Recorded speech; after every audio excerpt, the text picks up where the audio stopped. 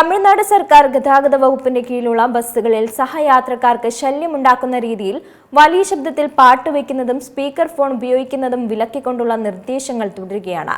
Bus യാത്രകളിൽ mobile ഉപയോഗിക്കുമ്പോൾ earphone നിർബന്ധമാക്കിയുള്ള ചട്ടങ്ങളും പിഴയും കർശനമായി തന്നെ പാലിക്കാൻ നിർദ്ദേശമുണ്ട്.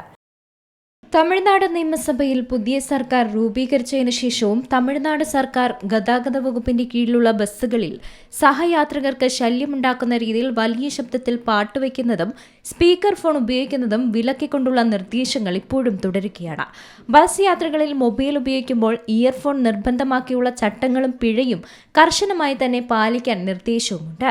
തമിഴ്നാട് സർക്കാർ ബസ്സുകളിൽ ശബ്ദമലിനീകരണം ഒഴിവാക്കാനും യാത്രക്കാരുടെ സുഖസഞ്ചാരം ഉറപ്പാക്കാനും ഗതാഗത വകുപ്പ് പുറപ്പെടുവിച്ച പെരുമാറ്റച്ചട്ടങ്ങളും നിർദ്ദേശങ്ങളും നോക്കാം. ഫോൺ ഉപയോഗത്തിനും പാട്ടുകൾക്കുമുള്ള നിയന്ത്രണമാണ് ആദ്യം. ബസ് യാത്രയിലുടനീളം മൊബൈൽ ഫോണുകൾ സ്പീക്കർ മോഡിൽ ഉപയോഗിക്കുന്നത് പൂർണ്ണമായും ഒഴിവാക്കണം.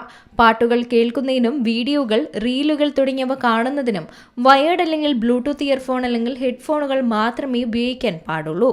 യാത്രയിലുടനീളം സഹയാത്രികർക്ക് ശല്യമുണ്ടാക്കുന്ന രീതിയിൽ ഫോണിൽ ഉച്ചത്തിൽ സംസാരിക്കരുതെന്നും നിർദ്ദേശമുണ്ട്. ബസ്സുകളിലെ ബോധവൽക്കരണ സ്റ്റിക്കറുകൾ സംസ്ഥാനത്തെ 20,000-ഓളം വരുന്ന എല്ലാ സർക്കാർ ബസ്സുകളിലും യാത്രക്കാർ കാണത്തക്ക വിധം 24 സെന്റിമീറ്റർ × 16 സെന്റിമീറ്റർ വലുപ്പത്തിലുള്ള ബോധവൽക്കരണ സ്റ്റിക്കറുകൾ പതിക്കാനും നിർദ്ദേശമുണ്ട്. ബസിന്റെ മുൻവാതിൽ, മധ്യഭാഗം, പിൻവാതിൽ എന്നിങ്ങനെ 3 ഇടങ്ങളിലാണ് സ്റ്റിക്കറുകൾ സ്ഥാപിക്കുന്നത്. ഇതിൽ പ്രധാനമായും no speaker mode, please use earphones, quiet travel, safe travel, respect other passengers എന്നീ മുന്നറിയിപ്പ് വാക്യങ്ങളാണ് ഉൾപ്പെടുത്തിയിട്ടുള്ളത്. മോട്ടോർ വെഹിക്കിൾ റെഗുലേഷൻ 2017 പ്രകാരം ബസ്സിനുള്ളിൽ ഉച്ചത്തിൽ ശബ്ദമുണ്ടാക്കുന്നത് ഒഴിവാക്കാൻ ഡ്രൈവർമാർക്ക് ചുമതലയുണ്ട്.